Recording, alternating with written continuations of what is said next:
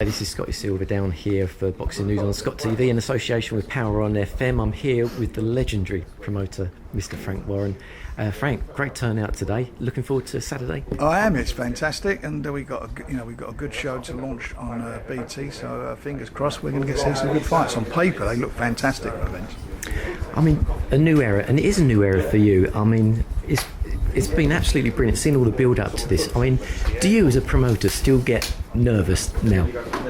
Yeah, I mean, it's nervous. I enjoy the whole thrill of it. I mean, I've been doing this since I was 23, so that's a long time now. I'm probably the longest serving promoter in British boxing, but I absolutely enjoy it. I think it's there's nothing like fight night. All this today's all good stuff, and that we all do this is selling the show. But when you're sitting there at ringside and you're watching the fights, that for me is an unbelievable experience. And especially if you've got young guys there and you're part of their journey and you're helping them, with their development and guiding them hopefully into securing their family's future and becoming boxing icons. I love that part of it. Well, seeing the way Terry's sort of grown into the World Championship role as well, I mean, he often comes over to Lanzarote. We always meet up with Lanzarote, always singing your praises. But as every fight goes on, he seems to be getting more and more comfortable dealing with all the press as well. So it must be good for you to see him develop. You see what's been going on over the last few months with all the effings and the blindings and the throwing tables and all this rubbish. You see all this and you just think to yourself, oh, it's great, we know it sells tickets and all that, but Terry does his business in the ring. He's not that type of character. He's a real nice guy.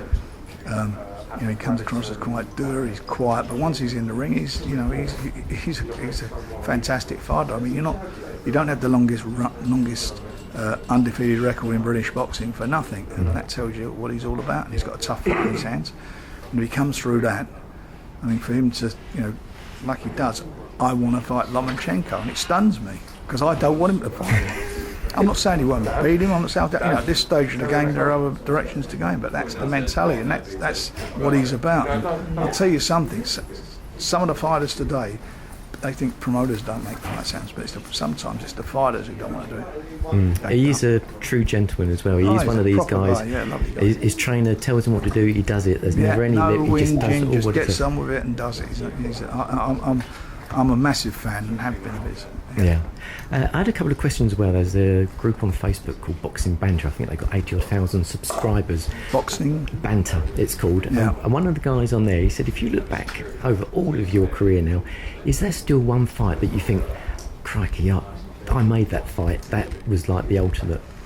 There's been a few, to be honest. You asked me, I mean, immediately comes to mind is probably Kawasaki and Kessler. That was a fabulous atmosphere, 54,000 people. That's when Kessler was at his best, and Joe for the first 4 rounds was getting beaten, and Joe he had to find another game plan, which he managed to do. That was a fabulous night.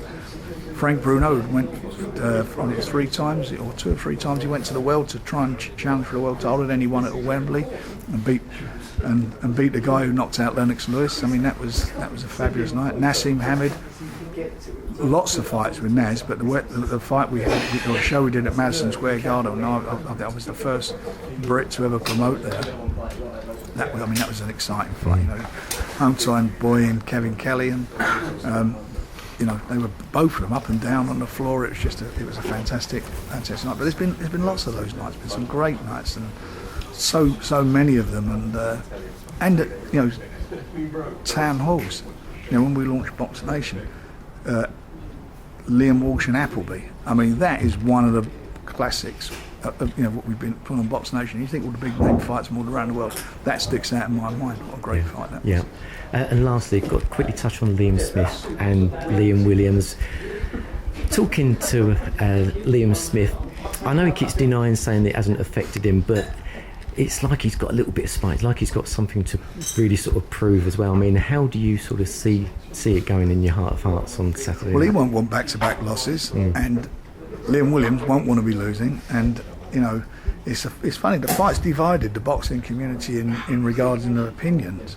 Nobody said, Liam will win it. Liam Williams will win it. Sorry, Liam Smith will win it because he's got more experience, or Liam Williams will win it because he's a bigger puncher and all this stuff. Everybody's got an opinion on it. And I think that's great, and I think that's great for the fans. And one thing for sure, Liam will win.